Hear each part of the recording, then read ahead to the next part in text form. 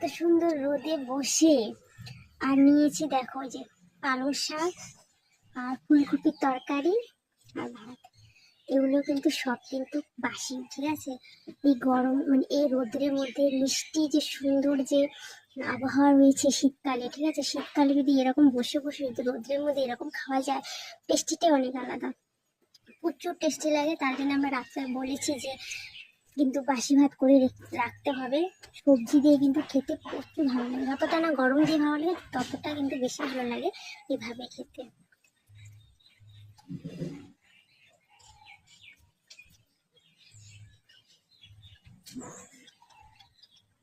লঙ্কা দেখো, আমি প্রচুর ঝাল খাই, ঝাল খেতে আমি প্রচুর ভালোবাসি। তোমরা কি আমার মতো এরকম খাও রোদে বসে বসে? যদি না খাও অবশ্যই ট্রাই করবে, অবশ্যই ভালো লাগবে।